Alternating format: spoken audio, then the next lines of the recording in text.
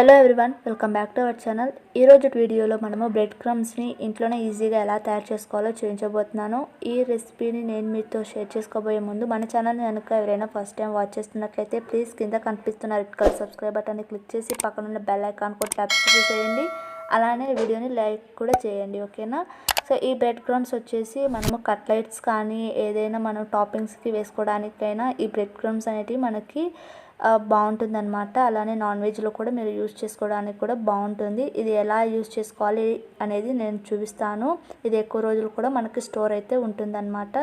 So ఏమాత్రం ఆలస్యం చేయకుండా ఇంకే ప్రొసీజర్లోకి అయితే వెళ్ళిపోదాము.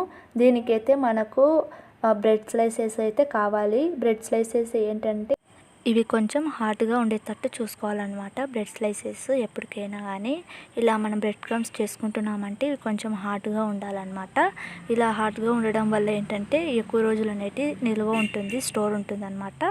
అండ్ మీరు ఏంటంటే మెత్తని బ్రెడ్ తీసుకుంటే ఏంటంటే పాడైపోతుంది, అవి ఎక్కువ డేస్ కూడా ఉండదు, ఒక 3-4 డేస్ వరకు ఉంటుంది అంతే అనమాట.